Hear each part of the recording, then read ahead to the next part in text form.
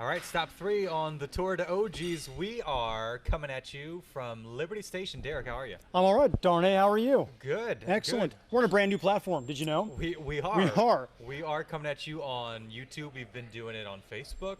We've been wanting to get involved in the YouTube game as well. So Correct. Just continue to kind of steadily grow and evolve, and bit of a hiccup on the Facebook side of things today. So Yeah. the plan long term is YouTube and Facebook live Correct. streaming. And, of course, coming at you in your podcast market of choice on the On Friar podcast, where you can hear us whenever you want. And by the way, we are at the OGs in Liberty Station, Point Loma. We've got a cool sign behind us here. You guys can't see that on the podcast, but it is the On Friar podcast with NBC7, and we do this once a month. Go to a different OGs location. By the way, they have great lunch specials here at OGs. We had some lunch while we were here. Some pizza. Very nice. Worked up an appetite. And always good stuff. Stop 3 of the tour to OGs, and you mentioned folks listening on the podcast can't see where we're at. They also can't see this wonderful shirt you're wearing. It's a beautiful shirt. It is all the different Padres logos they've ever had are on this one shirt, and they're all in different areas and in different orientations all over the shirt. It's actually quite lovely. Yeah, it looks really comfortable too. It's very comfortable, surprisingly, for as much polyester is in this thing. So don't get too close, because the friction will make it spontaneously combust. We don't need that. But the look is nice. You know, the look is nice. And we were curious if anybody here at OGs would be interested in inheriting the shirt. Game worn. It's game worn by me. Well, I should say there's an extra one too. So if you don't want, or it's not game Derek's worn musk on the shirt, if you don't want that is the available Old as Spice. well. So look, if you're listening and you think, oh, this shirt looks or sounds kind of cool, might want to add that to the wardrobe. Let us know. Should we take a picture of it and put it up with the podcast? We will post it on Twitter. Hit us up. Let us know if you want it, and we'll arrange a handoff of some sort. Should we have like a contest? While there's going supplies to be last. a large rush to While get supplies this particular last, shirt. 2 shirts, 1 game worn, 1 still in the packaging. Actually, Trish says we have a lot of shirts. Oh, we do have a lot of them? Of those ones? Well, really? 5 shirts. I'll give you 5. Oh, wow. Okay, so I'm keeping this one then. We have 4. We have 4 shirts to give away. What do you think? Well, we'll come up with some way online to be able to give these things away, and that'll like a little contest or competition or something. And that'll we'll be see cool. What kind of competition there is for it. I mean, if a couple see it, if a couple people tweeted us at the end of the day, I mean, that might that might be enough. When people see this shirt, they will want. It the is shirt. sharp. They will want the shirt. Yes. It makes me wish that they would do a throwback night like every single night. I haven't looked at this. How many different iterations of the Padres uniform have there been over the years? Because we're getting another one next year, and we should be soon. I mean, we're a month away. There's about 8 or so on that shirt Just alone. on the shirt alone, right? We're talking about we're a month away from getting the full-blown reveal of what's coming up next year. The color scheme, the new uniform. Like after the season's over, they can start hitting us with it, and they are going to, and it's going to be pretty darn cool. Which is very exciting, and I think it's at this point in the season, given the way things have gone, there's probably more than a few folks who have kind of now just turned their attention to, hey, when do we finally get that? Yeah, we need something positive to When look do we get to see the new jerseys, the new uniforms, how they incorporate the color scheme and all that? So, although I have actually seen the color scheme. My wife, who's actually awesome, got us a season ticket plan for next year. Oh, so really? We got to go to the membership thing, and they Nice. had the color scheme. I tell you what, the shade of brown and yellow they chose is going to be awesome. Is it more of a mustard? Is it deli mustard? Is it like Grey It's Poupon? not French's. It's not French's. It's definitely more like a Is Grey it Poupon. like a Golden's? Maybe like a Golden's brown mustard? Yeah, like what's the one with the commercial where the guy pulls up next to the car and Yeah, rolls the it Grey down? Pardon Poupon. me, you have a Grey Poupon. Yeah. It's kind of like that. It doesn't have the Classy. grit in it. Yeah, maybe mustard seed It's a is mustard. a way to put it. It's nice, but the brown, I tell you, the brown actually is. I like it a lot. It's not the traditional brown that we've seen. It's a little more. Are we gonna have to change the colors of the On Friar logo? It's close. But It's close? Probably. Okay. Yeah, it's a little more muted, I think. A little more muted in what they're actually going to be doing, and I think it's going to look really cool. I really do, especially with bring some pinstripes back. Hopefully, you took the words out of my mouth. Yes. I'm really curious to see how they incorporate the pinstripes and what that looks like. Because pinstripe uniforms always look whether you like the Yankees or not. But the Yankees, the Phillies, who else incorporates? The Mets have the had Tigers, them for right? years. The Tigers use the pinstripes. The Tigers have the pinstripes. The Don't have Cubbies have one that have pinstripes. Yeah, the Mets definitely have pinstripes. You've got the Brewers go back to the kind of old school ones sometimes, so like their '80s look when they have pinstripes. Do the White Sox do pinstripes? The White Sox do pinstripes. Yes. Trish is nodding her head. Yes. So many different teams though have so many different alternate uniform, like the softball uniform of the week, that they have. A lot of them do have some pinstripes in them. I know. See, there's probably one or two that we're missing. We should probably table a bit of this discussion because there was a day a few weeks back where the topic of the new uniforms came up, and there were some differing opinions within the quote-unquote sports department, our section of the newsroom. Right. The back of the newsroom where they put the bad kids. Folks like Artie, Joe Little, very much into it. Becky Schaldhaus, not so much. Right. And so that I was saying that day we should just set up a microphone and let people have at it. That would be awesome because it's not a beauty pageant. You're trying to be unique and set yourself apart. Because right now the Padres are playing the Cubs. They're down 3-0. You know, not too terribly bad. Nelson Lamet struggled a little bit, but I can't tell if it's the Padres or the Rays or the Royals. When I was at the game where the Padres are playing the Rays, I was like, I just tell me which team is wearing the the Mariners white or is it the uniforms. Rays? You don't know. So there's got to be. Is it the Reds or is it the Phillies? Right, for a team that has been so nondescript for so long and not given us really any way to stand out. Find a way to stand out, and this is a way to stand out. And it's also a nod of going back to the roots of why they're called the Padres in the first place, because of the brown robes that the missionaries, the friars, wore in the first place. It makes too much sense to me to not do this. Agreed. And to stand out, I would much rather stand out and not look like I'm trying to walk down a runway than try and look like I'm really cool and look like everybody else. Yeah. No, Hence this shirt. I'm excited about it. The shirt looks good. You can maybe take a steamer to it. It's got some strong creases in there. Fresh out of the bag. It is fresh out of the bag. Or I could do what John Smoltz did and just iron his clothes while he had them on still. I do that from time to time. Well, he actually missed a start. He missed a start one time because he burned himself.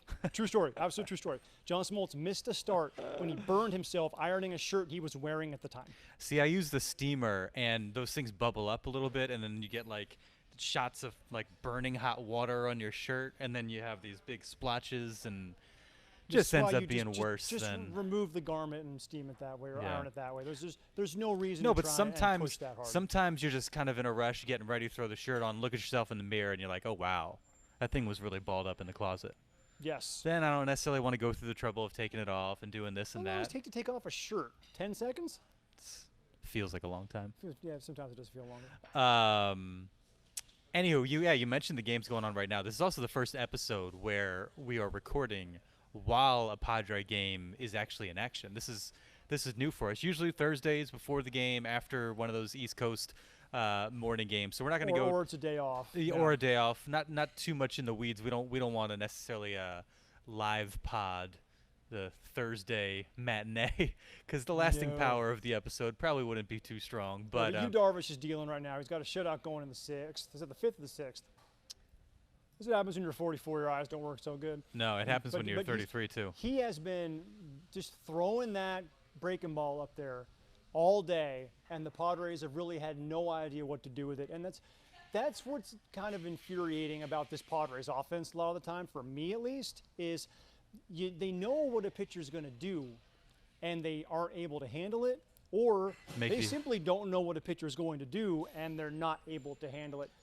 Darvish's breaking ball looks like it's pretty good today. It doesn't look devastating like I've seen it in some starts in his career. Sure. And they're just not able to catch up to it. So, I mean, he's probably throwing 50% slider curveball.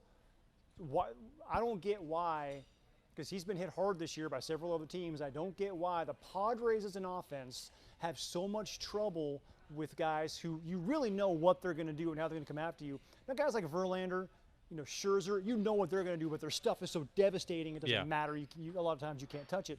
Darvish's stuff has not been great this year, really for a few years now. Since that World Series in 2017 where he just got blasted, he hasn't been the same since. He's shown flashes, but not the same pitcher that was the $100 million player before that. I don't get what's going on with this offense. The approach has just been bad, like it has been all year, though. The Padres would beg to differ, if not for an attempted kick save on a Dinelson Lamet dribbler, I think in the 3rd inning. he'd be pitching a no-hitter right now. Has allowed 1 walk, so those 2 base runners. So you've been, whether it's you being very good or the Padres not being so great, it's been a tough formula in this one so far. They also do have Austin Allen, rookie, Ty France, rookie, Luis Arias, rookie. They got again a pitcher spot. They have a very young lineup they're running out there as well, and that could very well have something to do with it. Yeah, Machado getting the rare day off, an opportunity for him to throw sunflower seeds at Chris Paddock while he's doing an dugout interview mid-game.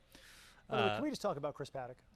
Yeah, well, we probably should. Yeah, he's good. Well, I'm and not sure if you know hashtag analysis, but he's good. And not to step on last week's episode too much, because we got into it knowing that he was nearing that range. He was at 129 2/3, I want to say, going into last night. Yep, he's now over 135. Now over 135, and so we've entered the portion of the season where the news could break at any point that Chris Paddock is done for the season, and that was a topic with Andy Green, Kevin Acee, AJ Cassavell, those guys, kind of gauging after the game, like, is he done? Is it worth setting him out on a high note? And Andy Green said, well, we hope there's more high notes.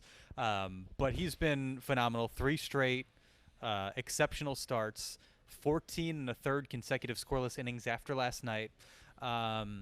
He's been awesome. And so I think there is something to be said for having that good taste to end the season, rather than risking, a start like the ones he had in August. So it'll be interesting to see how they play it, because again, the numbers now are within the range where we figured they would be when they decide to pull the plug on him. Now, you don't necessarily want to manage scared. Maybe you want to continue to ride the momentum. I'm sure Paddock wants to continue to start. Oh, absolutely. He does, yes. So it'll be interesting to see when and where they decide, you know what, job well done this season, you're finished. He's thrown 18 1/3 innings, giving up 1 run. His last 3 starts, with 23 strikeouts. Uh-huh. That's an ERA sub 0.50. He hit 135 innings. Fantastic job, kid. You're done. Shut him down. Shut him down. I don't hate the idea. Do not risk it, okay? Because that's again, we've said this ad nauseum on this podcast. Industry standard is you go up 50% from the previous year. 90 innings last year, add 45, 135. That's very good math. He just hit that plateau. I've had to do it like 17 times in my head just to make sure I got it right. He's done. Yeah. He's done. That was your plan. That's what you wanted to do. I get that you want to say, hey, man, he's hot. He's been our best starting pitcher. Let him keep going. See if you can get him to double-digit wins as a rookie. See if you can get that ERA down around, maybe under 3. Let him have a couple more chances to do it. No, do not give in to temptation. All right? There's a line at the end of Empire Strikes Back when Luke is going to get Darth Vader, and Yoda says he's not done with his training, and Obi-Wan says, don't give in to hate. Don't give in to this. Don't give in to the allure of seeing him go out there and throw anymore. He's done. He had a great rookie season. You need him next year. You don't need him the rest of this year. The rest of this year means nothing. It means Jack and Pooh and Jack's sleeping. Nothing. It means nothing. I haven't heard that line. Next year is what you need Chris Paddock for. Do not risk next year on 1 or 2 more starts this year, because that could be the one. When he gets to that kind of a workload, is the next one the one that causes more damage? Stop it. Shut him down. Is there some element, though, of just gauging how he's feeling and making the decision based on that? I mean, if he feels strong, if he still feels fresh, if there's fatigue, if there's, soreness isn't even a question.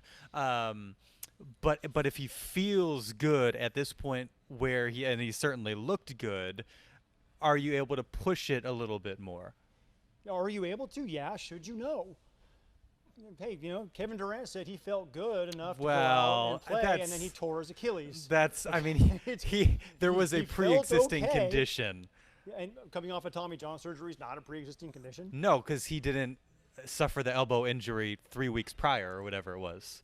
He's got. I see where you're coming from. I fundamentally disagree. If that was your plan the entire time, you have no reason to let him go any longer. No, None. I If you're in don't. a pennant race, now maybe we can talk. 'Cause Yeah. it means something this I year. don't- This year means nothing now. I don't disagree with you from that standpoint. I guess just kind of playing devil's advocate a little bit. This feels like the right time, absolutely, because you have 3 starts like he's had.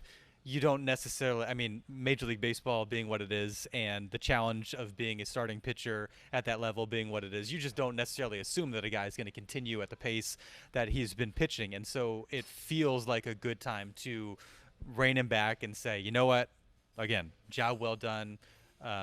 You've been exceptional. You've shown a lot of resilience. It's something Andy Green spoke about after the game on Wednesday that he's been impressed by. Like, look, he's had rough stretches and he's come roaring back. Yep. And he has. And so there's so much to be pleased with from that standpoint.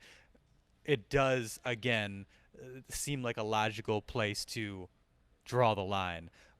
But we're not in the clubhouse.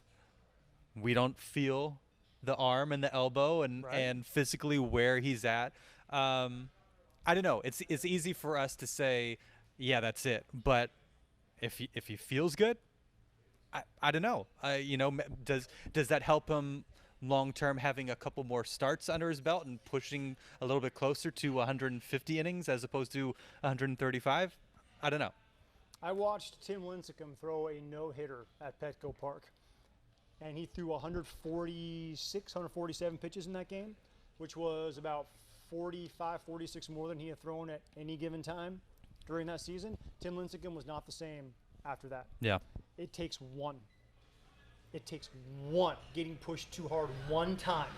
That's all it takes to take a guy to a point where all of a sudden he can't reach back to where he used to be. That's all it takes is one time. And I'm not risking it with a 23-year-old with this kind of stuff and this kind of attitude and this kind of moxie and this kind of success who's going to be at the front end of your rotation for hopefully the next decade. Think about the next decade. Don't think about now. Because all it takes is one time being pushed too hard and a pitcher's arm sometimes never recovers. Yeah. Yeah. I mean, it's certainly a fair point. It's just so fun to watch right now. Oh, yeah. Hey, next year, no pitch limit, 200 innings. How about that? That sound good? It sounds good to me. Let's do that. It sounds great. Let's do that instead. On the flip side of the coin, what's been the deal with Cal Quantrill? The last few starts, he looked like when he came out, he got in the bullpen and he was really good. And then he started starting and he was really good. And these last 3 starts have just been disasters. It was like right after a few episodes ago when his ERA had peaked below Chris Paddock's. Right. And at that point, he had been, for that stretch, the most reliable starter on the roster because Paddock was scuffling through August, and Quantrill had really come on strong. And look, he wasn't just breezing by guys. He had some real grinded-out type of starts, pitch count north of 100, not super efficient, but at the end of the day was given quality starts to the club, and it is just flipped so dramatically. Well, I think you hit the nail on the head when you said grinded out starts, where he didn't have his best stuff and he was finding ways to get through those starts. I think those caught up to him because his stuff still hasn't been as sharp as we have seen it when he's really good. Remember, he was the 8th overall pick in the draft. Yeah. Everybody said he had great stuff coming out of Stanford. That's the kind of guy we all thought we were getting. We haven't seen that guy really yet. He was getting by just on guts when he didn't have really good stuff for a lot of that time. That, I think, is kind of caught up to him now, where those balls that were hit hard, they're not going to Manuel Margot in center field. They're finding the gap. Or going past Manuel Margot. And flying over the fence, right. It's just that smallest of small margin of error, that those gutty starts he was getting through and didn't have his good stuff. Now he doesn't have his best stuff, and he's getting hurt with it. So this is, I think, could simply be law of averages coming, Murphy coming back to get him. Yeah. At this point, and maybe his stuff really wasn't as good as it was playing when he was throwing really well. It's certainly not as bad as it is right now. Yeah. So right now, we still don't know who the true Cal Quantrill is, even through this full Major League rookie season. Is Is he as good as he's shown? Probably not. Is he as bad as he's shown? Definitely not. No. He's somewhere, I think he's a closer to the really good Cal Quantrill, with a few fits and bursts here and then where any pitcher is going to get beat up. But he's not the guy that we've seen the last 3 starts, and I don't know what's going on, other than if he hasn't had real good stuff for a while, it's catching up to him now. And he mentioned after a couple of those starts just not having the feel, not being able to find it, not being able to make those in-game adjustments, and things just kind of pile up on him. And I mean, I would imagine, especially for a young pitcher, that's a stressful place to be when you're on the mound and you just don't have the feel. What's concerning to me is you have start after start after start, the work in between, and you're just not able to break out of this type of slump. Right, it doesn't change. He doesn't seem like the type of guy that is mentally fragile. He seems pretty tough. Oh, yeah, absolutely. From that standpoint. So it's just strange to see him struggle to the degree that he has, and as consistent. I mean, what is the stat? First starting pitcher, I think, since 2001 to have 3 straight starts and give up 8 earned runs each time out. It's been rough. And so then I wonder, like, how much do they continue to throw him out there and hope that he figures out, or do they scale back a little bit and give starts to younger guys, maybe throw in another bullpen day, whatever. Well, you put him back in the bullpen, because that really was where it flipped and turned for Cal Quantrill. When he came out of the bullpen, he threw incredibly well, and that's what earned him a spot back in the rotation. And it was the Cubs, right? I mean, speaking of the Cubs, where there was that game where he was at Wrigley Field, yeah. Warhone was the opener, and Cal came in and tossed 5 1/3 scoreless. He got the ball to Kirby, and then it got the ball to Kirby, and then they got the win. And yeah, to your point, from that point on, he was just kind of on a steady rise and was fantastic, but has then since fallen off a cliff, and it's just a little bit puzzling. Well, the question now is, okay, if you're going to shut down Paddock and you're going to remove Quantrill from the starting rotation, who starts the rest of your games? Because you need me to Mark Gavitt just get back into the starting again? Do you bring somebody else up from double A? You basically have that one slot to fill, because with Lamet, what do you do? Lucchesi, Lauer, if you continue to start Bolaños, then yeah. You can do a bullpen day every 5th day. You can't do that. Not with this rotation, not with this staff. I would like not to see that. I wouldn't mind giving Margevicius more opportunities. Had a nice start to the season, and teams started to kind of figure him out. And as we've discussed in the past, he doesn't have electrifying stuff, but just pitch placement, that sort of thing, he had kind of been able to get by. Right. I don't know. That's a good question. I don't know who else is on the list of young guys that they could incorporate, that they could bring up and give opportunities to. I'm not sure anybody else is ready right now. And that's just the thing, because you're not. I mean, somebody like Gore's out of the question. Patino's out of the question. So they've already been shut down. The wells kind of run dry in terms of the young arms that they can throw in there. Hey, have your MLB debut, see how it goes, and see if there's a spot here for you, long-term or short-term. Or you maybe go with like a Lloyd. He had a cup of coffee last year. He's been throwing it with Ed Amarillo. You could probably find a guy or two to come up and do that. Is Garrett Richards ready? I don't know. I mean, he threw after that one disaster start we talked about with Lake Elsinore.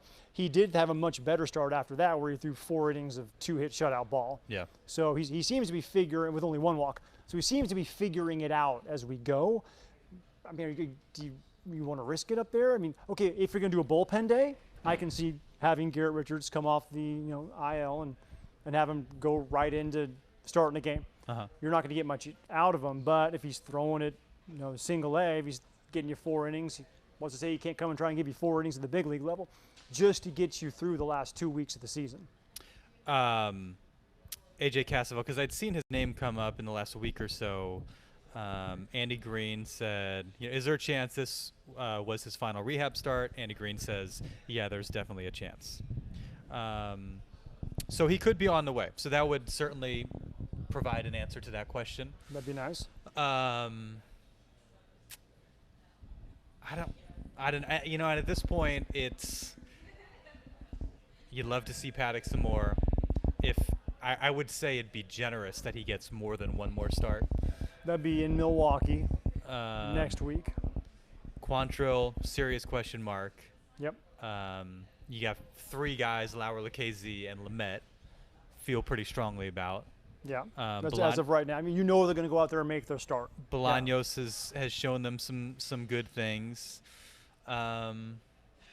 It's just an interesting point in the season where, again, the wells kind of run dry in terms of bringing the young guys up. And to your point, how much do you want to put guys at risk that have dealt with injuries, and for what at this point in the season? What are you really going to accomplish? Other than basically trying to protect the remainder of your bullpen, because those guys have been so overworked this year so often.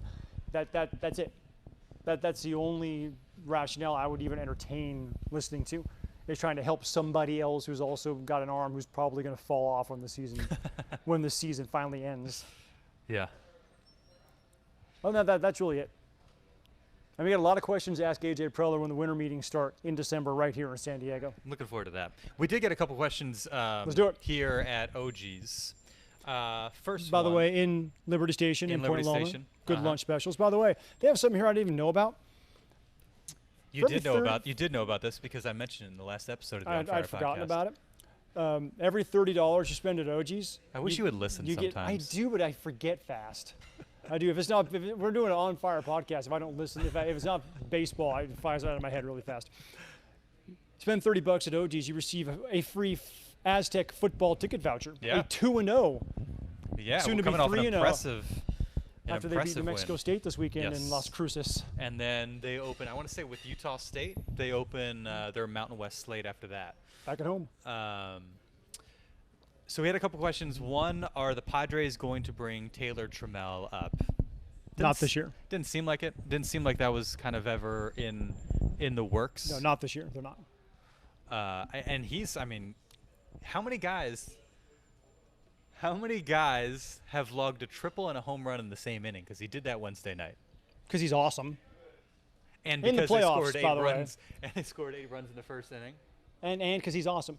That leadoff hit, by the way, his stroke is nice and short. I saw him line the ball off the left center field wall, and he wasn't even swinging hard at all. Yeah. I love the way this kid's swinging the bat. Yeah. He's 21 years old.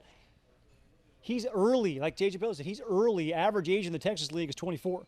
He's 3 years younger than these guys. He's early for the Texas League. It took him a while to figure it out. Once he figured it out, he looks really good. Percentage chance you put on him breaking spring training on the Major League roster next year? Ooh, wow. As it stands right now, and they don't try to add another outfielder in the offseason. Yes, roster currently constructed. Whoever's in the system and in the organization right now, man, it's going to be – he'll have to push his way on because I don't think he's in their plans early next year. But as I saw with Chris Paddock this year, they will allow a guy to play his way on to the opening day roster. I would put it at 20%. Pretty low. Pretty low, simply because they have enough outfielders. Manuel Margot has proven this year that he can hit enough. He can hit enough to be able to justify being out there in center field every day. And, of course, he's a tremendous defensive outfielder, which Trammell also is. He also Hunter Renfroe is going to be okay. Hopefully he's back from this nagging ankle injury that's been hampering him for a while. And you got to see what they do with Will Myers.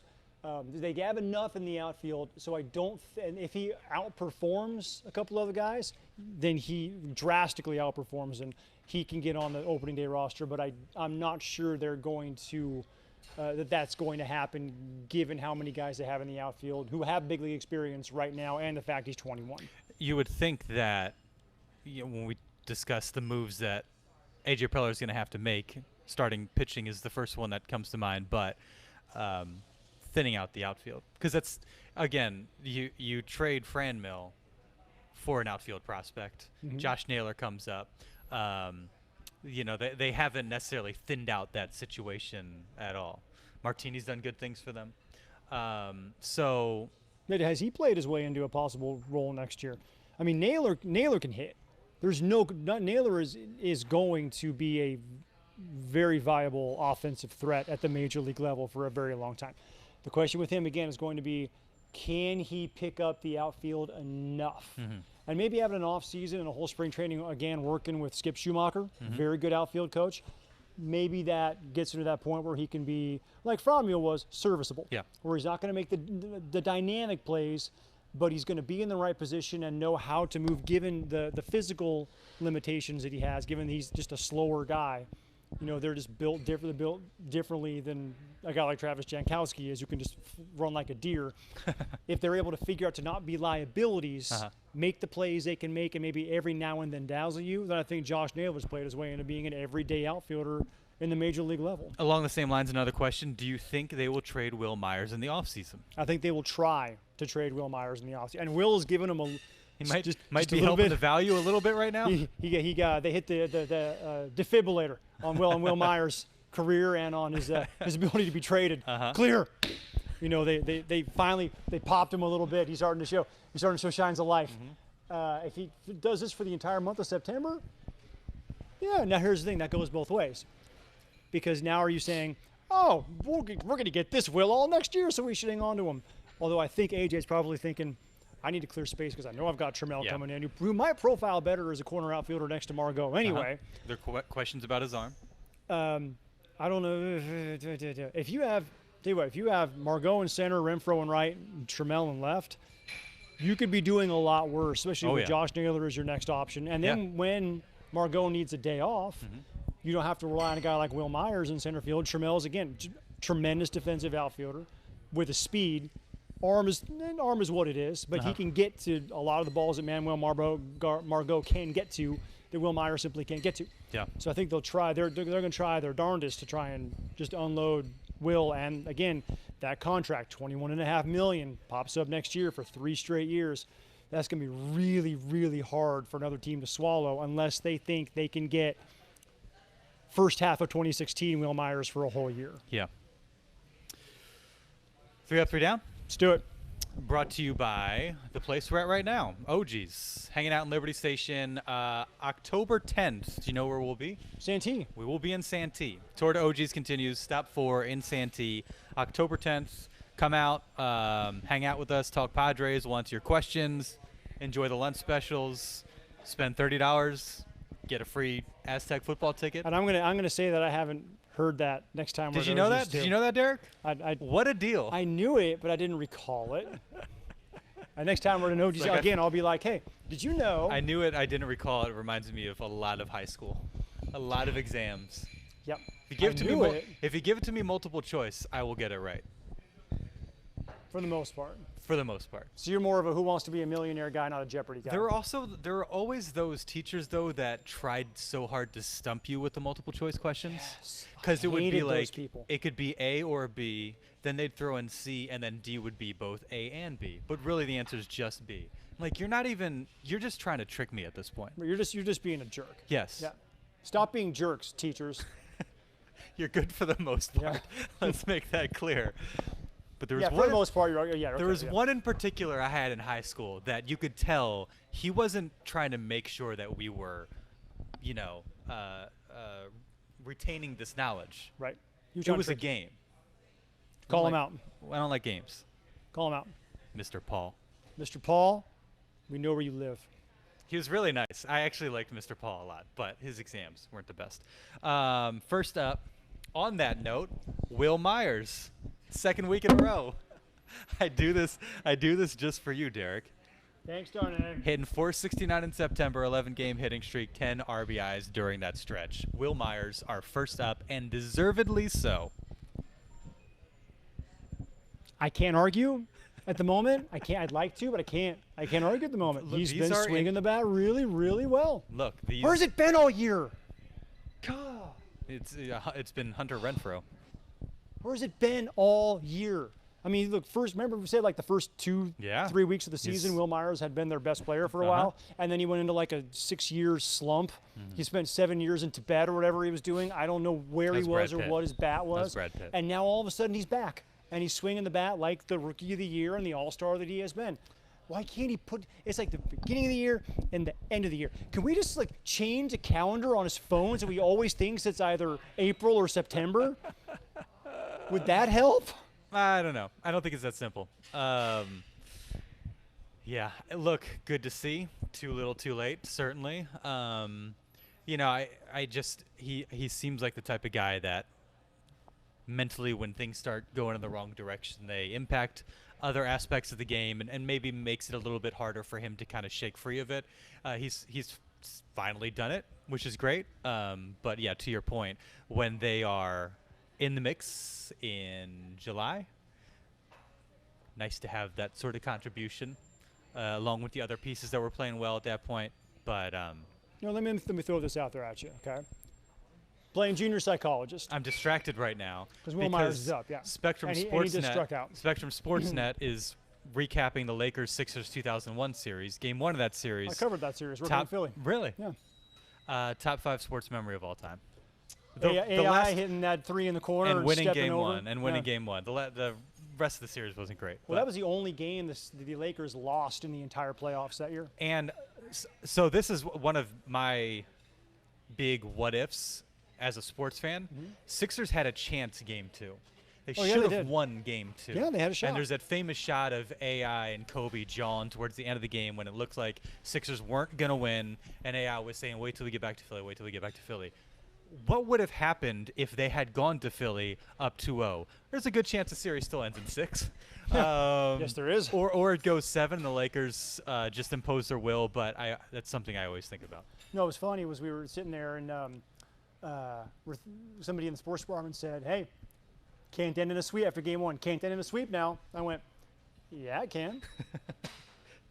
Yeah, it can. They went, oh, that's right, the Sixers can sweep. And then we had that second, and I went, that was fun. Mathematically, yes, it could end in a sweep, but we all knew that Lakers team was one of the best basketball teams it was ever created. That 2001 team was so good. It was Shaq in his prime. It was Kobe turning into Kobe Bryant. They were just so big shot Bob Horry, who always hit every big shot you could think of. Man, I hated Rick Fox. They were just good. Everything about them was good. I watched Game 5 at my buddy Tim Van Reenen's house, still one of my best friends, and shed a tear on the way home, knowing that run had come to an end. I just remember it was kind of cool, though, because, you know, the Lakers in L.A., they have all the celebrities come out all the time. And then in Philly, they did the same thing. And it was like Will Smith and Boyz II Men, and they're bringing all the Philly folk out. And I'm like, you didn't see all those folks all that much. They have a pretty good, you know, I mean, the Sixers are good right now. So it's a bit of a who's who when you go to games now. Anyways, we digress. You got an up? I got an up. Nick Martini. Yeah. How about Nick Martini coming in, kind of brought off the scrap heap from Oakland? He came in, he has, a 7-game hitting streak to start his Padres career. Playing good defense, swinging a good left-handed bat. Nick Martini's making the most of his opportunity, even if it's not with the Padres next year. Putting something on tape to audition for somebody else. Nick Martini's showing he can play a little baseball. Big up to him. I'm guessing this has to be the first time that in a week stretch, the Padres have gotten quality starts from 4 guys. Dinelson Lamet, Joey Lucchesi, Eric Lauer, and Chris Paddock. All in the last week. 6 innings. 3 or fewer runs allowed. 4 quality starts out of 5 outings. Man, that's and Cal Quantrill and Ronald Bolaños, the guys, and Bolaños, he was fine, but Quantrill obviously the outlier. Yeah, you could say that. That's what they've need. That's what you've needed, that steadiness, especially from Lauer and Lucchesi. Lamet he's been, I think, one of the great finds. I shouldn't say finds from this season. One of the great developments from this season. Yeah, one of the surprises this season. Him being healthy and being as consistent as he has been, I think that's been good to see. But Lauer and Lucchesi have been so up and down, and to have a week and what they've gone 4-2 in their last 6 before the series finale against the Cubs. This is what we've needed to see from them, and hasn't been as frequent as we would have liked. But you start to see the potential when the guys kind of string together starts like that within a 1-week period. Yes, that's not very nice. There's a big up to the starting rotation. I'm going to give up to Kirby Yates because he came in in a non-save situation. Yes, he where did. he has struggled. Like, I would love to know the psychology of the major league closer, because it's not just Padres. Trevor Hoffman had this problem. Houston Street had this problem. Kirby Yates has had this problem this year. I don't know what it is about non-save situations for closers all across Major League Baseball. Aroldis Chapman has struggled in this situation before. Comes in non-save situation, strikes out the side. No runs allowed. Big up to Kirby Yates for figuring out how to handle a non-save situation. Yeah, and that was I mean, that game was dicey as all get out. Yes, it was. It was hard to feel comfortable going into that spot. Yeah. Late in the game. It's just been one of those interesting, weird games that just kind of going. It's whoever gets to last. Something like arena football. Whoever has the ball last wins. It's like whoever one swing at the end is going to win this for somebody. Yeah, and it wasn't a swing that won it for somebody. It was a good eye. One last up for me is #Padres Twitter. Did you see what they did for Franmil? No. A big old group of the Padres Twitter folks went up to Anaheim to see him and nice. the Indians play the Angels. A couple of them posted video of them singing the "I Will Always Love You" song to Franmil. Cool. That's pretty big cool. old smile on his face, signing autographs, taking pictures. I mentioned it in a sportscast. I think it was on Tuesday. So cool. The love they have for him, and to go out of their way and to show their appreciation for him. I thought that was really cool, and you could tell how much of a kick he got out of it as well. And he deserves it, too. And he does. He's such a good guy. Yeah. And we've talked a lot about that, too, on this podcast. He's just a good dude. Yeah. Wishing him nothing but the best of luck. Going to the playoffs with the Indians this year. Yeah. Going to get his first taste of postseason baseball. It'd be fun to watch. That's going to be really fun to watch. All right. My last up would be the Padres minor league system, Amarillo Sod Poodles, the Lake Elsinore Storm, and the Tri-City Dust Devils, all advancing to the championship series at the Texas League, the California League, and the Northwest League. Yep. That is darn impressive. Way to go, kids on the farm. Nicely done. How about that 18-9 score? Amarillo losing to Tulsa the other night. You put up 8 runs in the first inning and lose? Should have been a AAA score. Yeah, that's what it felt like. Did they put the Major League balls down on that series? They might have. Downs. How about Andres Munoz? Missing look. He found out with Chris Bryant and Jason Hayward. Now, one of those. It doesn't matter how hard you throw. If you miss your location, it's going to go. I don't think he was that off on the Chris Bryant pitch. It was upstairs. It was in the strike zone, but 100 right there at the ceiling. But, But it needs to be, if you're talking about the strike zone, if it's people who are on the podcast, I'm pointing at the inside corner. If it's not there and it's 3 inches over, sure. Chris Bryant is going to be able to barrel that thing up. Now, And the one that Hayward, he missed. You see how Hedges was setting up, low and away? That ball leaked another 6 inches inside, and that's when Hayward went boom. My wish list, we gave our wish list a few episodes back. Just a fun episode if you haven't listened to it. Mine for Munoz was 5 earned runs or fewer for the entire season, because at that point he'd given up 3, about halfway in terms of the workload he was going to get, and that blew up that whole wish. He'd given up 4 earned runs, 0 homers to that point, and then 2 long balls, 3 earned runs. That kind of inflated the numbers a little bit, but still he's been another one of the great discoveries this season. It happens to everybody. Sure. It does. And that's actually, again, that's a valuable lesson for him to learn. That doesn't matter how hard you throw, you still need to put it where you need to put it. And again, good that he learns that lesson now. Hopefully he does learn that lesson. Good he learns it now instead of next year if he has to step into a closer's role and try to learn it during a pennant race. Yes. That's so good, a good down, but also a learning opportunity, if you will. Which is nice. I'm going to give it down to the Padres organizationally for not telling us you're shutting down Chris Paddock. Just make the decision now. Quit playing with our emotions. Just freaking tell us, okay? Do the right thing, Padres. Do it. Shut him down. No mas. So go fun Roberto to watch, Duran with him. though. So Yes, he's so fun to watch, and I want to watch him for and 10 years, not for 6 more innings in Milwaukee. We don't get to watch Tatis anymore this season. We don't get to watch Hunter Renfroe right now. It's nice to have something to kind of get excited about every 6 days. Every 6 days. How about every 10? How about the next 10 years? Yeah. Give me the next 10 years. Those are going to be fun as well. Do the right thing, Padres. Probably right. Yeah, speaking of Renfroe, Green mentioned it's combination of ankle and elbow ailments that have caused him problems this stretch, and he tried to battle through it, and it's been too much. So they've kind of shut him down, at least for the time being, which is disappointing. I guess in a sense it's good to know that the drop off, like there was reason for the drop off. Yes, it which wasn't actually is just, comforting in some way. yes, it wasn't a fluke. It's because he wasn't able to push off on that back foot, and because the elbow's causing him issues as well. So disappointing that he's had to deal with that, and he hasn't been the hunter that we watched the first half of the season. But also kind of good to know that he didn't just kind of, like some other guys in the team, Just stop producing. fall off a Yeah. cliff. Just you know? just stop producing. Yeah. And my other down was going to go to Cal Quantrill, as we talked about earlier, because we got to get it figured out somehow. I mean, Cal's did not been throwing the ball well at all. Cal needs to figure this out, because Cal's getting to the point now where it's like, all right, are you a bullpen option? Are you a starting pitcher? Is it going to work for San Diego? Or is he going to have to figure it out somewhere else? Cal's got to get this figured out and locked in as quickly as he possibly can, because it is not working at the moment. I think we might have some visitors in a little bit, Derek. I like visitors. We should probably keep this going. I think there's some young Padre fans that want to deliver their hot take. Do it. Bring them over. So we'll hang tight for that. Maybe they'll get one of the It's a large. the hot commodities. They grow into it. He's fixing his hair. All right. Okay, so this is going to be the first live guest we have had on the On Friar podcast. Here, let me scoot. You can scoot on over. Scoot over to the middle. There you go, buddy. All right, what's your name? Gabriel, Gabriel. Gabriel, nice to meet you. All right, so how old are you? 11. Okay, so Have you ever been on a podcast before? No.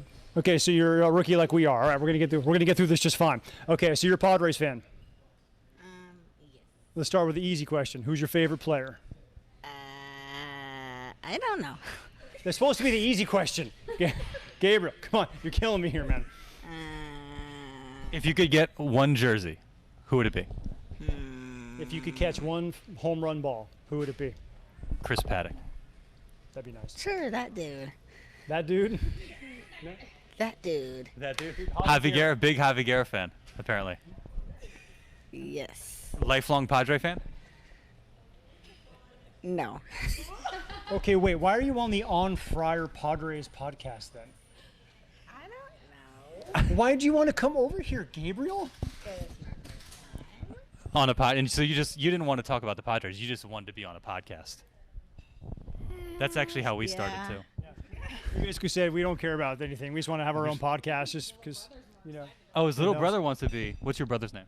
Michael. Is Michael a Padres fan? How old is Michael? He's 8. Do you like sports? Yes. What sports? Soccer and football. Okay, all right. Okay, so let's talk about soccer then. Who's your club? Surf. Okay, nice. Are you going to go watch 1904 FC this weekend? They play their first home match ever. Yes. Excellent. Now we're talking. See? Who's your favorite soccer player? Ronaldo. Messi. Didn't Ronaldo score 4 goals the other day? Sure. In one match? I think so. That's never happened.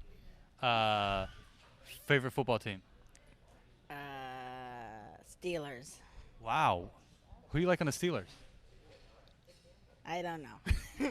Just don't say Antonio Brown and you'll be fine. Yeah, that's a hard pass. Say Michael, hi. what's up, dude? Say hi, Michael. Hi. You a Padre fan? Sort of. Do you have a favorite player? You got a guy you like watching? Just say Tatis. Tatis, I guess. Yes, good answer. You can't go wrong. If anybody asks you, you like Messi on the Padres? If Messi played for the Padres, what position would Leo Messi play? Like, see him as a shortstop or? He's 5'7". He's second base. Got second Second base baseman. written all over him.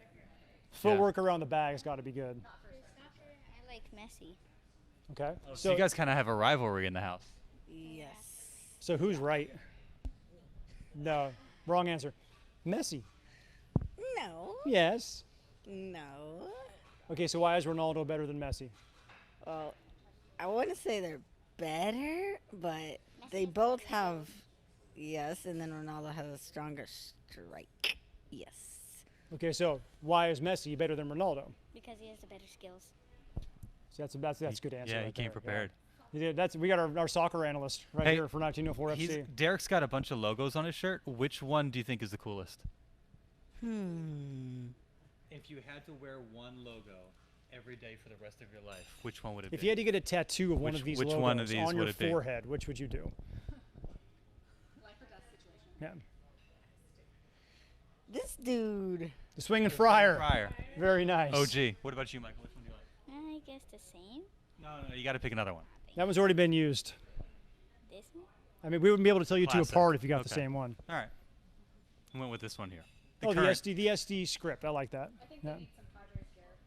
You guys want one of these shirts? Yeah? It's a large. It's this size. Think it'll fit you? Will it fit Dad? Dad, you Dad, guys you can want the share shirt? it. Okay, Dad's gonna take the shirt. Is Dad a Padres fan? Why not? Too much pain? I have guys who follow them and talk to me about them all the time, and there's just not a ton of highlights that I've seen that historically.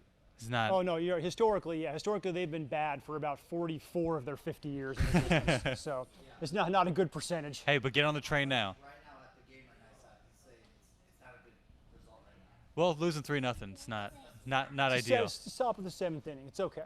We're gonna be all right. All right, Gabriel, Michael, I have really appreciated your insight in the game of baseball. Thanks for coming by. You guys are gonna subscribe now to the On Friar podcast, right? Tell all your and friends, leave us a 5-star rating. all your friends at school, that you've been on a podcast. I mean, that's kind of as cool as it gets. No. You play soccer. You guys all play soccer. So, We practiced today. so we got to start a soccer podcast. Is what they're saying. I guess so. Yeah. There you go, Dad. Dad wants. Soccer podcast. You want to know how to start a soccer podcast? What would it be called? It's got to be witty. Just for Kicks with Gabriel and Michael. Oh, that's got a good ring to it. Huh? Okay. Mike's like, I'm in. I'm good. Yeah. How do we start this thing? What's my profit margin? Yeah, we'll go with that. Cool. Coming soon to a podcast market near you. There you go. Gabriel, Fellas, nice Michael, job, guys. Well done. Good to meet you. All right, we got to finish this up now. Hey, You guys, thank You you. guys go get some pizza. Good You to guys see did ya. great. Well Nice done. job. You got it.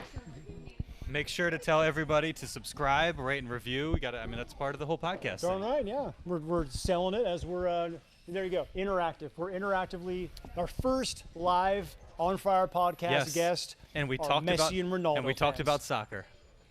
You know what, though? With the way the Padres season has gone this year, I can't blame A them. lot of folks We should that have are been talking kind about of soccer for the last month. yeah.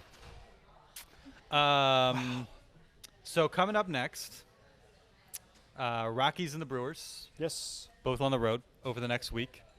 We will break that down for you in a week. Again, October 10th, we'll be in Santee. Make sure to tune in for Sports Wrap, Sundays 11:35. Always a lot of Correct. Padre coverage. Also, Darnay is now hosting Football Night in San Diego on Sunday nights. Yeah, that was fun. Fun to have the Yeah. whole crew. You racked up some miles, had yourself a busy day. Yeah, Checking out Chargers Colts and coming back. Photojournalist Dave Smith, of course, does all the driving and hard work while I sit there and edit and take all the glory. You put in some grunt work yourself. And Todd is going up to check out the Rams and the Saints on Sunday, which should Big be game. yeah, And I'll be talking to Rocky Long uh-huh. after the is always a Aztecs good time. hopefully go 3-0. By the way, Rocky Long might be my favorite interview in all of San Diego Yeah, sports. he's fantastic. He is so fun because it's like he just doesn't give a rip. He says whatever's on his mind. And Not you know enough what? of that these days. And you know what? He's right Yeah. the vast majority of the time. Yeah. So again, football night around 8:30, following the Sunday night football game, which Birds and the Dirty Birds this week. And you're an Eagles fan. And I'm so very much looking forward to that one. Falcons, rough week one. Eagles got off to a tough start, but ended up looking like themselves in the second half against Washington. But that's a really good matchup, and going down in Atlanta too. So home And- advantage there for the Falcons. Atlanta does not want to start 0-2. No. That's The difference between 0-1 and 0-2 in the NFL Yeah. is massive. Yeah. That's gonna be a desperate football team down there in their home opener, and when they put Sam Jackson up on the jumbotron at Mercedes-Benz Stadium, it's gonna be lit down there in Hotlanta. So we'll be talking NFL, all things NFL after Sunday Night Football, football night in San Diego. Sports Wrap 11:35, NBC7.com for all your local sports needs, especially the Padres. You're always putting together quality Padre content for the website. So make sure to when check they out give there. us something When they quality to give talk us about, something, yes. There hasn't been. Dig back a couple weeks to your 2020 predictions. Those will keep you warm. Yes. Those rough. We go game by rough game, nights. game by game, the entire 162 game season next year to predict the winner of every game. We will be with you in a week. Appreciate you listening to us. Appreciate OGs for having us again, for the hospitality and for the pizza. Always a good time, and we will catch up with you guys again next week. So good job, Darnay. You too. See you.